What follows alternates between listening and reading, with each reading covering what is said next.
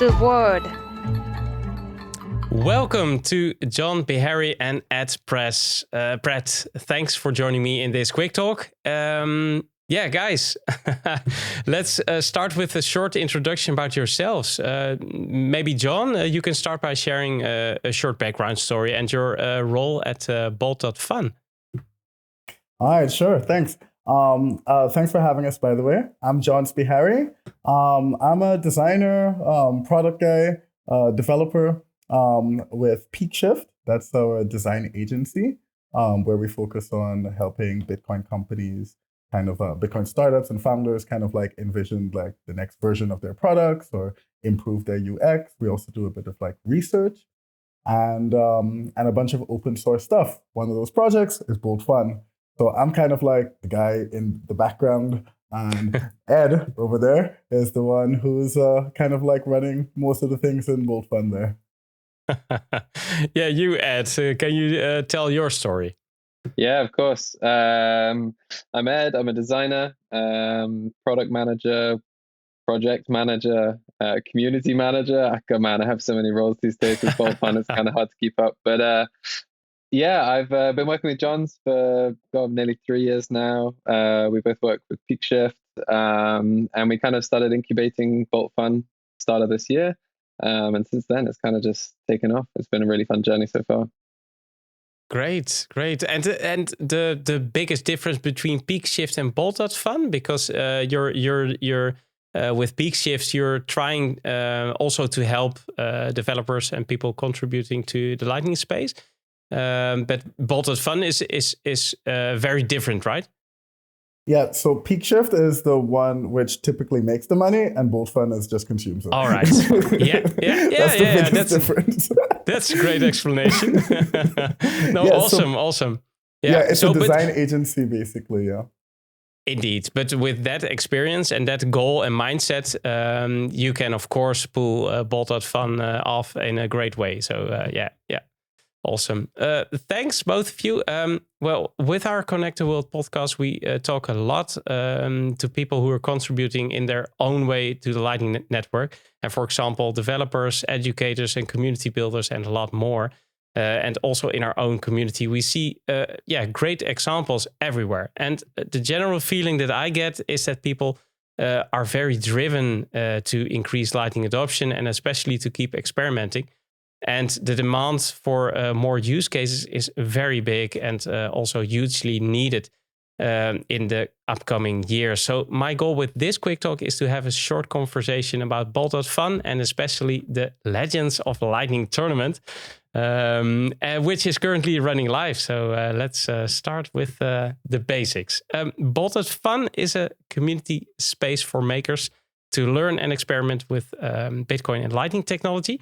And we know BOLT.FUN organized also the Shock the Web. I think it was a free online quarterly hackathon. What other different things are organized by BOLT.FUN? Can you give some examples maybe?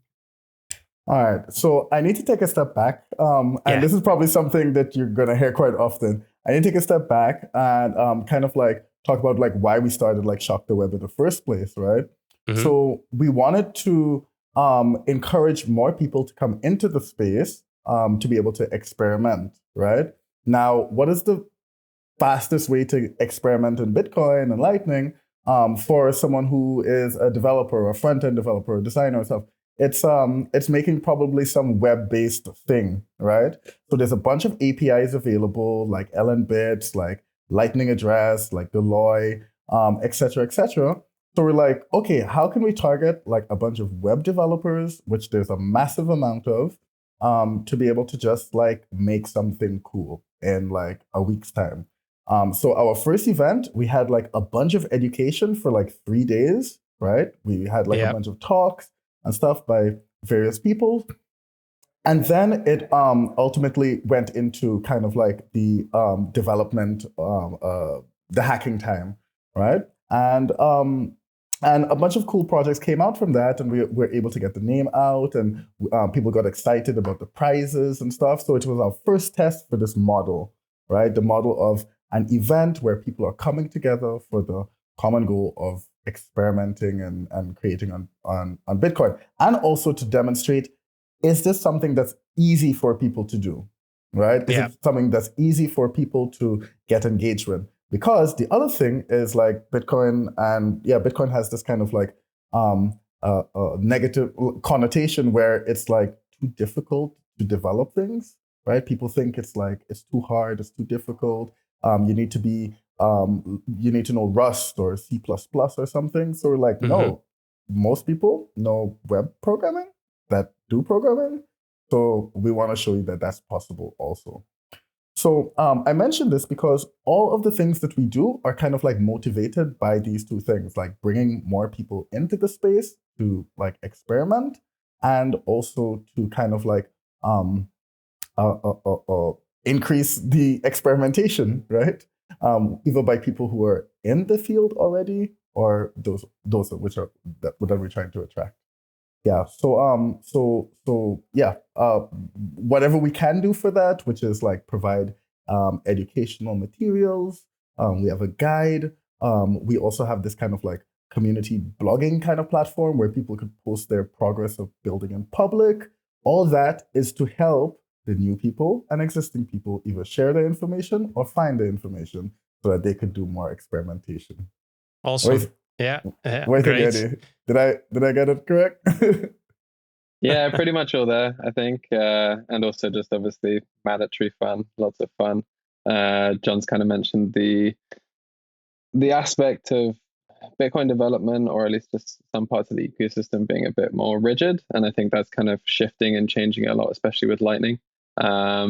So yeah, that's what we're trying to do, is really just get a few more people onboarded into the space and playing around with these tools and just driving a bit more sort of innovation and adoption. Yeah, and making it easy for normal web developers or developers out there to show that it's easy to start experimenting with Lightning and Bitcoin. Yeah, great. And from the 12th of October till the 7th of December, BOLT.FUN organizes Legends of Lightning. It's a new online global tournament for makers to learn, connect, and collaborate and build innovative applications and tools with Bitcoin and Lightning. And how did you guys came up with this idea? When thinking of Shock the Web, of course, that it was a tryout, but maybe you can explain also what exactly the goal is of this tournament, because it's different, of course. Yeah, it's very different. I mean, so the first couple of events that we did were these Shock the Web hackathons, and I think it was really good for us because we needed a bit of a sort of a tight focus. It was the first time we had even run an event or a hackathon, especially an online one. So having that web focus was really good for us. And obviously it meant that we could target a specific set of developers, but we really wanted to kind of open it up for this next one and bring in more designers, even people developing on-chain, because obviously innovation still needs to continue there. But really the problem that we were trying to solve with the tournament, because as you mentioned, it runs for like 9 weeks. So it's not your traditional weekend or week-long hackathon. And from our last events, what we really noticed was that even after a few days, or especially after the events had ended, like we had this huge sort of drop-off from makers, and we had this like momentum loss, especially around the projects. How many hackathons have you been to or seen where none of the projects really get touched after the events, and they don't get continued, they don't get funded? So the tournament, really what we're trying to do is rework this hackathon style and make it more of a sort of sustainable incubator or accelerator for a lot of these projects. So people can come with new projects or projects that they've already been working on, and they can basically hack away, build them in public, and try and win some pretty awesome prizes. I think it's like $60,000 in prizes, depending on the price of Bitcoin. I don't know when this episode is going to be aired, but that's also a gamification aspect, right? Because then you can win a prize. It makes it more fun even. But I think it's interesting what you're saying with the time span. That indeed you want to really have those projects out there and give it a real chance. So I think that's a good a good initiative. And can you perhaps tell how can someone apply? Because it's open to everyone, right? Yeah, it is. So it's really easy to apply. All you have to do is go to makers.bolt.fun, click connect in the top right-hand corner, which you just saw. And all you need is a Lightning or LN URL auth compatible wallet. So for people who are listening, who are kind of familiar with this technology, all you have to do is scan a QR code or click and connect, and you can sign in with your Alby wallet or your Breeze or Phoenix wallet, basically any wallet which has LN URL auth compatibility. Then just go to the tournament page. It's right up on the homepage. Hit register. And then again, if you've got a project which you're working on or you want to join a team, there are a couple of things you can do. The Makers tab is you can see a list of everyone who's taking part. I think it's maybe nearly 250 people now. So if you're looking for a team member, you can kind of see people who are looking to team up, which is great. And then you can just hit team up and send them a message on Discord or Telegram or whatever link they've provided. And then if you've got a project, all you have to do is just upload it to the directory and then hit add project on the projects tab on the tournament page. And then you just select your project, select your track, and away you go. So it's really easy to do. But yeah, first people can also, if you put up a project, then other people can also ask you if they can team up with you. Then, for example. Exactly. There's like that's also something that we saw from our previous events where people weren't, like they don't really know these strangers and they have absolutely no context to them. So we're like, hey, if we do some profiles and we get people to fill them out and then, post their ideas and stuff, then it becomes kind of like helping people kind of like team up easier, right? And so really pitching their project, pitching their sales, giving it a face. That is that's a good idea. And I think it also helps if you are a developer and want to get in this tournament because you're very interested, but you don't have an idea about what to experiment with or what to develop. Because if there are so many things, people in a creative process are going to be held back, perhaps. So if you see some things that you're interested in and you can team up, I think that's a win-win.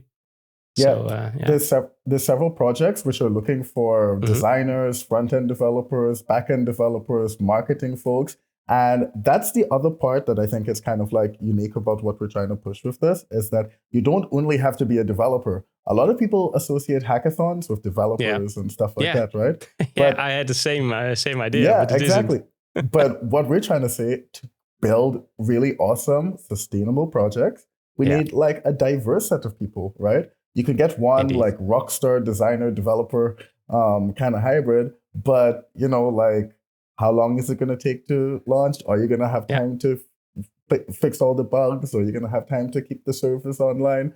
Because I broke the service last weekend when Ed was off. But that's why you're a team, right? So exactly.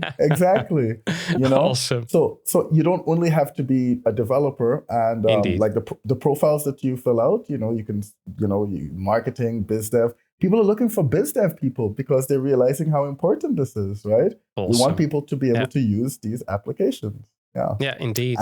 And the last thing I'm going to mention is that like the entries are open until November 24th. So that's when you have to like submit the project. Okay. But on the 24th also, the thing that you have to do also is to upload a pitch, because then we have to start the semifinal judgments and stuff like that. But basically until then, registrations are open. Anyone can join from now until the 24th. 24th. Yeah, so it's still open. And can you take us through what happens next? So they have a pitch. They're in the semifinals. There's that's a big moment, of course. And what happens then? Are they all doing it themselves, or do they have help from other people?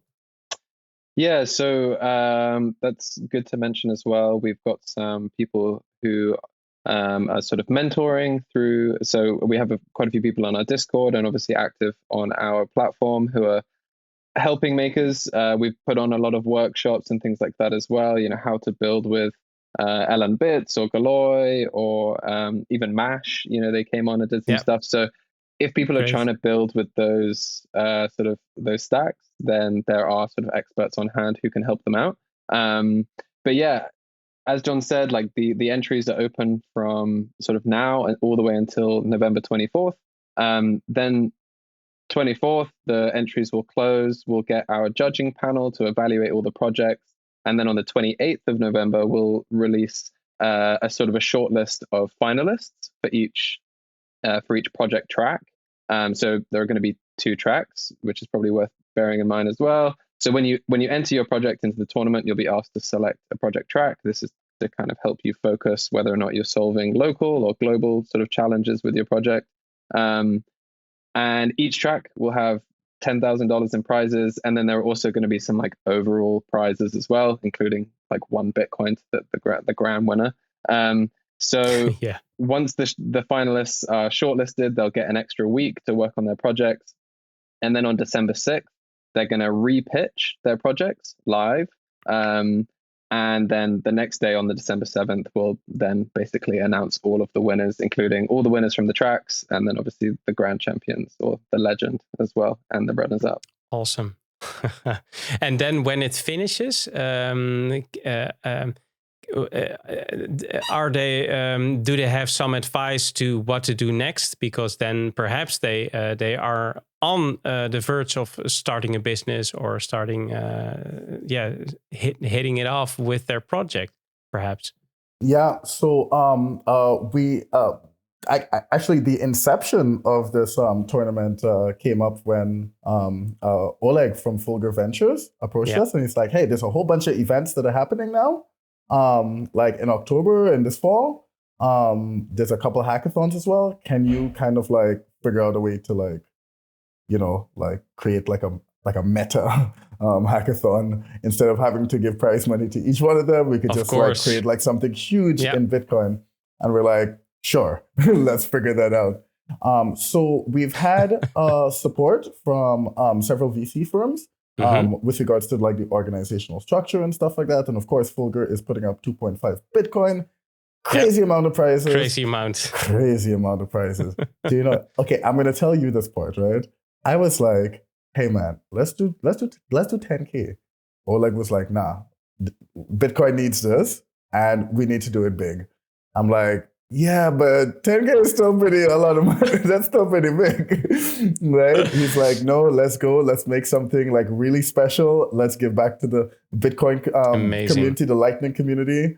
And like, yeah, so if it wasn't for Fulgur, this would not exist in this kind of format right now. So like really big ups to them.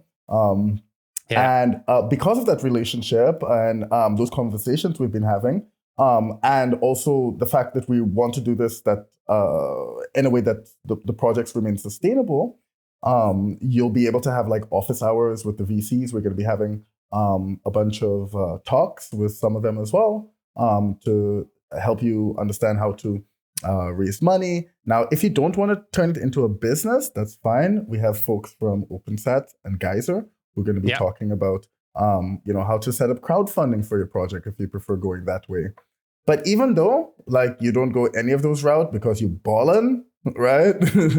Right? Maybe you won money from the tournament. Maybe you didn't. It doesn't matter. You had fun along the way, but you ballin', you don't really care.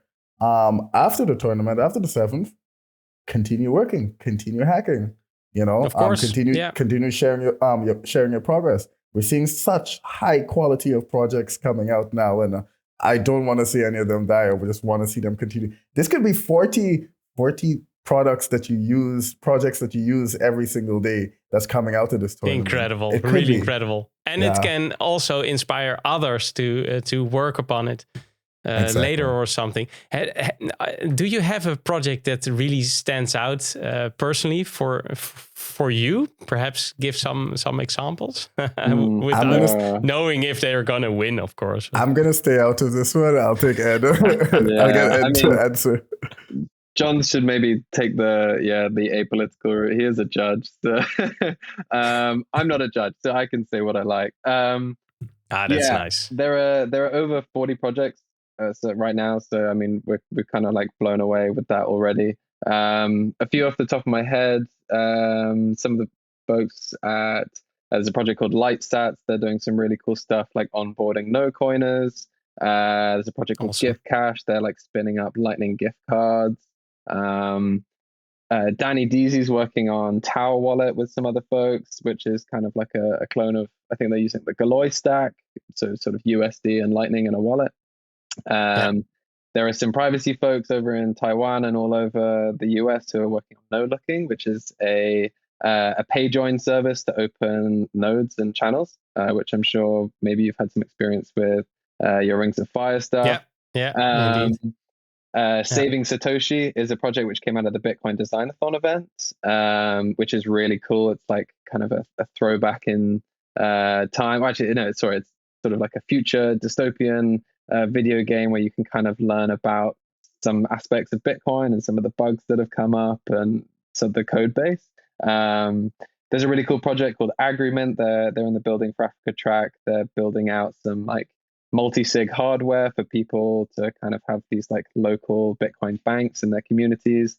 Man, the list is so long. Honestly, I could talk for ages about diverse. Every project that's going on. Yeah, that's probably the best thing actually that's coming out of this. The diversity of projects. And indeed, you know, before with our web stuff, like, you know, people were obviously just building web applications, and it's really great. The longer we're doing this, the more imagination we're seeing and the more sort of innovation that's kind of happening. You know, people aren't just building a payment plugin for a Shopify store or something like that. You know, I mean, that is also really cool, and people still want to buy swag and stuff with Lightning. Yeah, but pushing it a little bit further, a little bit sort of beyond, going into authentication or community banking or loads of things. It's so cool to see all this stuff being built. Amazing. Oh, I can't wait for these couple of weeks and next month to see what it will look like, and all those projects to really use it ourselves for our community. To finish off, it would be great to give some advice to all listeners who can't wait to start themselves to create, design, and develop for the Lightning space, or even already have a project that they strongly believe in and are ready to accelerate it. Except from, of course, applying for the Legends of Lightning. What do they need to bring, or what do they need? How do they need to prep themselves? Of what is the best advice that you can give them to start off? Well, I think all you really need is a can-do attitude, and to be open to learn, to connect, to share your process. Really, one of the things that we've had from since our first event, it's some people didn't even know how the Lightning Network worked or never built an application on top of it. And they were able to either join a team or see some of the materials that we have on the YouTube and stuff like that, and or attend some of our workshops, and they built something. So if you have a problem that you want to solve locally, or there's over 200 people who are participating, you're gonna find somebody. There's over 40 projects there. You're gonna find something, and hey, just do it for the fun. Like Absolutely. I said, that can-do attitude, you contribute. Yeah. Don't worry, and make some fun. That's the best. Fun is mandatory. Indeed. Well, and Ed, do you have something to add to that, or? Yeah, I just say just get stuck in, really. I mean, I think the biggest blocker which a lot of people have, and which I've also experienced myself before, is where do I start? How do I get involved? And it becomes kind of intimidating when you think too much. I would just say think less, do more. Sign up, find some people to hack with or hack by yourself. And even, if you're just a designer, if you're a pixel pusher like I am, don't be disheartened if you can't find a developer. Like, we are welcoming even no code applications, prototypes and things. So innovation happens at every level. Even if you're just a graphic artist or whatever, write a book, onboard people into it, do whatever you can. And also, reach out. If you need help, reach out. Johns and I are here. There are other people in the community. It's a really nice bunch of people who are getting involved. So it's friendlier than you think. And yeah, remember to have fun. Awesome. Nice. That's a nice ending. Well, thanks, Johns, Ed, for having this talk with me about the Lightning of Legends of Lightning. And thanks for both of you being such a big advocate for all those makers, contributors, for the Lightning space. You really are doing a great job. And can't wait to see the end of it. So I'm gonna follow it. That's for sure. And for everyone who wants to get in touch with Johns or Ed, just like you said, or want to know more about BOLT.FUN or Legend of Lightning tournament, then check the links in the show notes. We're gonna add them all. So definitely take a look and then just apply. That's the most important thing. Thanks for listening and watching. And if you like this quick talk, then don't forget to like, subscribe, and share to this channel. And till next time. And Johns and Ed, have a nice one. And till next time, also for you. Thanks so much. Ciao. Conecte o mundo.